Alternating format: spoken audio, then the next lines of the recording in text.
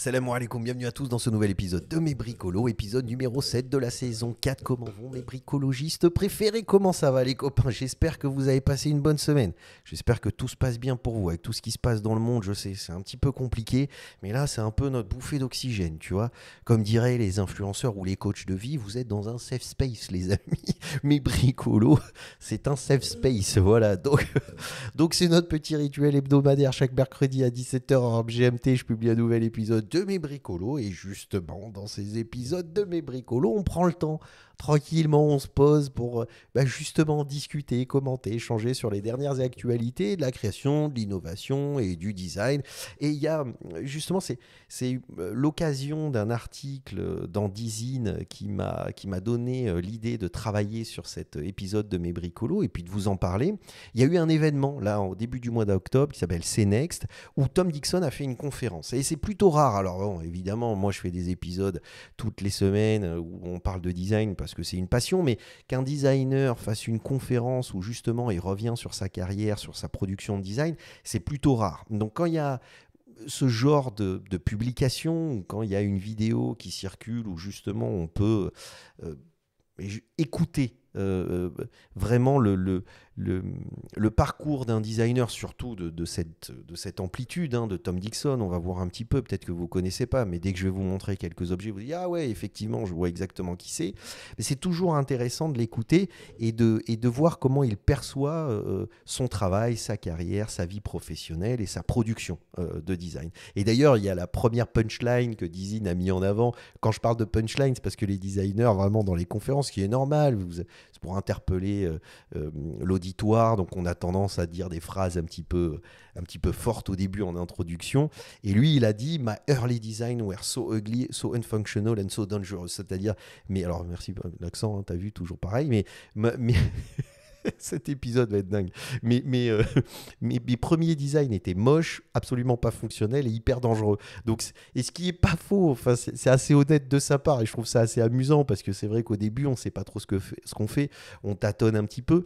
Mais ce qui est intéressant, au-delà de parler de sa carrière, et c'est là où on va en venir après dans l'épisode, c'est qu'il spécifie, il pointe du doigt l'importance de la compréhension des matériaux et des techniques de fabrication pour avoir une vraie approche de design. Et ça, c'est vrai qu'on en parle peu. Alors bon, c'est vrai que dans ces épisodes de Mes Bricolos, souvent, je parle de matériaux et techniques de fabrication parce que c'est vraiment aussi quelque chose qui me passionne. Mais là, c'est mis en avant par Tom Dixon et c'est intéressant à travers son parcours de voir à quel point sa compréhension des matériaux et sa compréhension des techniques de fabrication était importante pour lui dans son développement personnel, dans son métier de design finalement. Alors, Tom Dixon, ce qui est intéressant, c'est que, pareil, il parle assez honnêtement, donc c'est lui, c'est ce personnage, c'est pas la ravissante demoiselle qui se trouve à ses côtés, non, c'est ce personnage que j'ai eu l'occasion de rencontrer à Milan et avec qui j'ai un peu échangé, très intéressant, très british. Et donc, ce qu'il explique, c'est qu'en fait, au début, il bricolait, c'était vraiment, on va dire, plus un artisan. Et après, il s'est fait repérer par Capellini, il a dessiné une chaise qui est devenue la S-Chair. Et justement, donc on va voir, d'ailleurs, c'est un british, mais d'origine tunisienne, donc c'est sympa, c'est un petit clin d'œil qui a son importance. Et il a dessiné cette chaise qui est hyper connue, c'est-à-dire, alors ça c'était milieu des années 80 il me semble, pour être précis. Et justement cette chaise qui est très très très connu, que tout le monde connaît, c'est Tom Dixon, c'est une de ses premières créations. Donc Capellini l'a édité et c'est devenu une pièce très importante, un objet de design qui aujourd'hui est une référence, qu'on étudie dans les écoles de design, donc pour vous dire un petit peu l'importance de cette création, et vous connaissez. Alors ce qui est amusant, c'est que quand on va sur justement le site de Capellini, c'est qu'on voit Tom Dixon avec sa photo et on ne voit qu'une création, parce que c'est ce qu'il explique. C'est-à-dire, il explique après dans cet article de Dizine, mais dans sa conférence, que juste après avoir créé cette chaise, en fait, il a eu un poste de directeur de création chez Créatif. Voilà, directeur créatif, directeur de création chez Habitat, la marque Habitat. Et il a passé 10 ans là-bas et il explique qu'en fait, ce qui était... c'était très intéressant parce qu'il était dans on peut parler d'une maison d'édition. C'est un peu l'équivalent d'IKEA, mais dans des objets un peu plus haut de gamme, tu vois ce que je veux dire. Bon, vous connaissez Habitat, j'ai pas besoin de vous le décrire. Mais en fait, il remarque que pendant 10 ans, il a pas designé, quoi. C'est-à-dire qu'il a rien fait de spécial. Il était juste creative director. Donc, il était là en train de donner des lignes de conduite à des équipes qui, elles, réfléchissait, et puis après il sélectionnait, c'est ce que fait un directeur de création. Et donc il a fait ça pendant 10 ans pour Habitat. Et ce qui est surprenant, c'est qu'une fois qu'il a quitté Habitat, plutôt que de monter un studio de design, et c'est ce qu'il explique, et c'est vrai que c'est un parcours qui est vraiment atypique, je ne connais pas d'autres designers qui ont ce parcours-là, c'est plutôt que de monter une agence de design et travailler pour des marques, et travailler pour des éditeurs, travailler pour des entreprises, lui, ce qu'il a fait, c'est qu'il a monté sa propre marque. Il a monté sa propre marque qui porte le nom de Tom Dixon. Alors, je pense qu'effectivement, ces 10 ans chez Habitat lui ont permis finalement de, de, de vraiment avoir une connaissance et de créer un réseau de fournisseurs, parce que je peux vous promettre que pour monter une marque d'édition, c'est compliqué, surtout quand on veut fabriquer différents produits, du luminaire aux accessoires pour les arts de la table, chaises, fauteuils. C'est compliqué, on a besoin de plusieurs fournisseurs, donc je pense que son expérience chez Habitat lui a vraiment permis de créer un réseau. Mais voilà, on se retrouve devant sa marque qui s'appelle Tom Dixon, qui est donc pas une agence de design, qui est une marque de production de mobilier, de luminaires, vraiment, avec une approche qui est en fait sa vision. Donc c'est surprenant, c'est-à-dire il n'est pas édité, c'est sa marque, hein, il est édité nulle part, c'est vraiment sa marque.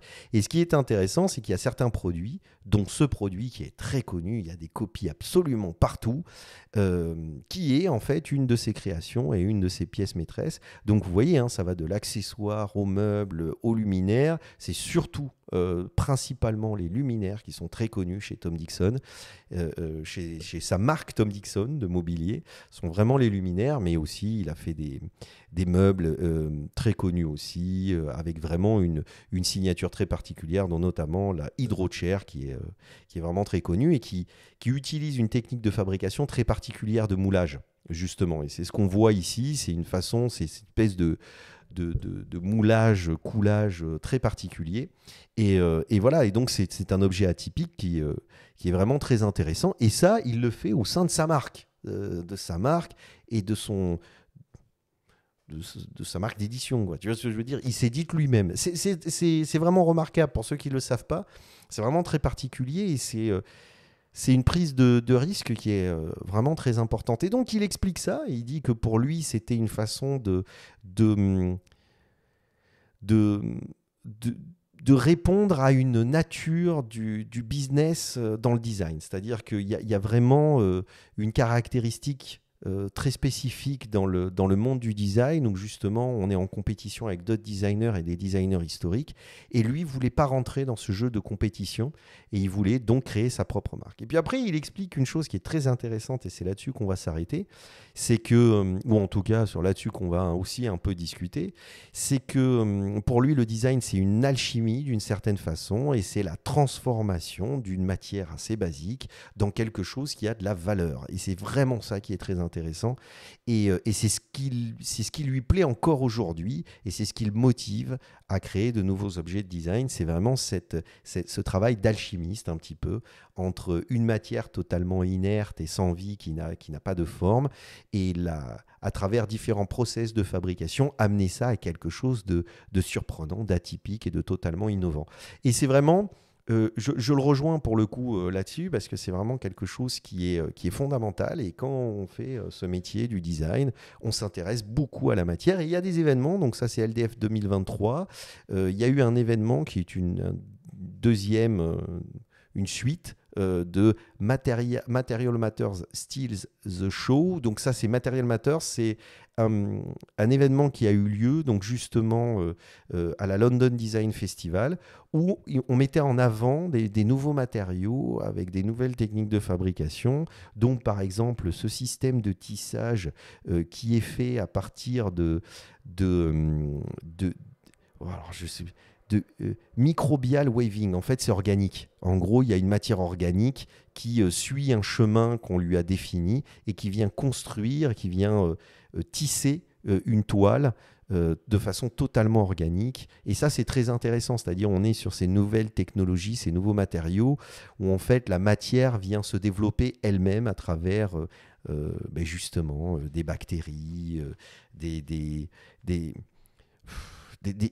tout un système organique en fait, de micro-organismes. Voilà, c'est ça, tout un système de micro-organismes qui viennent développer la matière sur un chemin qu'on lui a prédéfini. Donc c'est à la fois la création de la matière et de la mise en forme de cette matière se fait... voilà, ça pousse quoi. Je sais pas comment l'expliquer autrement, mais c'est ça qui est très intéressant. Et il y a eu beaucoup de projets là-dessus qui ont été développés.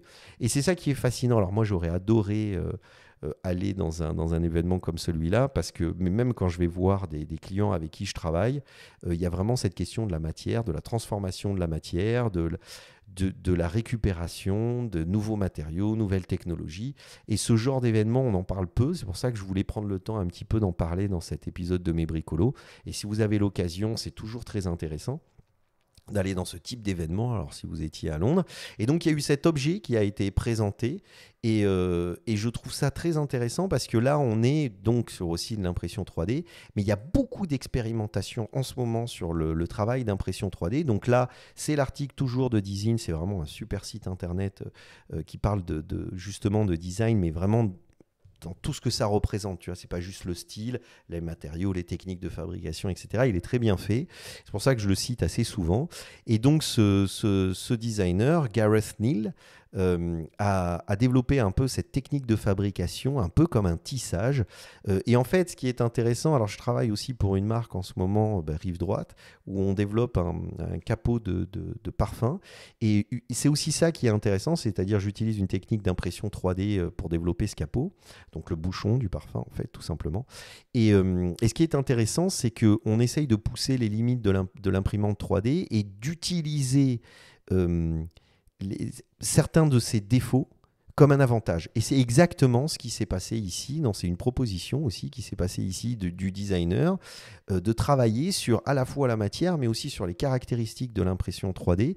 Et plutôt que d'essayer de faire en sorte que cet objet imprimé en 3D ressemble le plus possible à un moule d'injection, ce qui est impossible parce qu'on a toujours des effets de strie, ce créateur est allé encore plus loin et a développé un système de tissage qui accentue les imperfections de l'impression 3D, mais qui finalement permettent d'avoir un rendu très intéressant. Et il y a beaucoup d'expérimentations en ce moment sur l'impression 3D. C'est vrai que j'en vois passer souvent. Je les cite pas systématiquement parce que sinon, on passerait notre vie à parler d'impression 3D sur ces épisodes de Mes Bricolos. Mais là, je trouvais que ça s'articulait bien entre la conférence qu'il y a eu à CNext de Tom Dixon, l'importance, et ça je vous le conseille, d'aller voir et d'aller lire des articles ou de voir des vidéos où les designers parlent de leur carrière, parce que c'est assez rare et c'est très intéressant, c'est très instructif. Moi, je sais que c'est quelque chose que je fais depuis que je suis étudiant en design, enfin quand j'étais étudiant en design et depuis que je suis professionnel du design,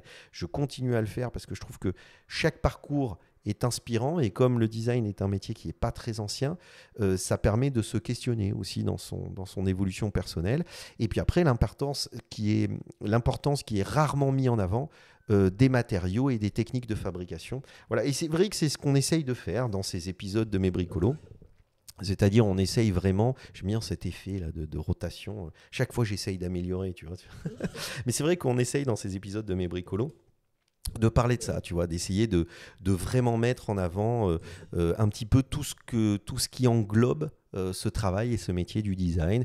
Et donc, on parle souvent de technologie, on parle souvent tu vois, mais là, ce qui est intéressant, c'est de revenir un petit peu sur la matière, de revenir un petit peu sur les techniques de fabrication. Bon, après, pour ceux qui suivent ces épisodes de Mes Bricolos, que j'appelle mes bricologistes, qui sont abonnés, vous le savez les gars, vous le savez les copains, puisque très très souvent, je parle de techniques de fabrication, je parle de matériaux, je parle de nouveaux matériaux, je critique aussi certains nouveaux matériaux qui sont des blagues et plutôt des effets de communication que vraiment des matériaux innovants. Donc c'est vrai qu'on essaye d'avoir ce regard, on va dire, le plus sincère possible, le plus honnête possible sur toute cette production qui existe. Et donc, je vous conseille d'aller voir, si vous ne les avez pas vus, les épisodes précédents de Mes Bricolos, où vous allez voir un petit peu ce dont on parle. De toute façon, je vais les mettre, qui vont s'ouvrir à droite et à gauche avec ma petite ganache devant. Si vous voulez vous abonner, puis ça me fait toujours plaisir, abonnez-vous. Surtout qu'il risque d'y avoir, je dis ça comme ça, les gars, entre nous, il risque d'y avoir un épisode qui sera publié samedi à 11h. Ce samedi à 11h, donc il faut vous abonner parce que comme ça vous recevrez, vous risquez recevoir une notification parce que ça va être un épisode plutôt amusant et très sympa, très frais et très sympa. Donc je vous conseille de vous abonner et comme ça vous aurez une petite surprise. Voilà, c'est tout. Allez, pslama à tous, bye.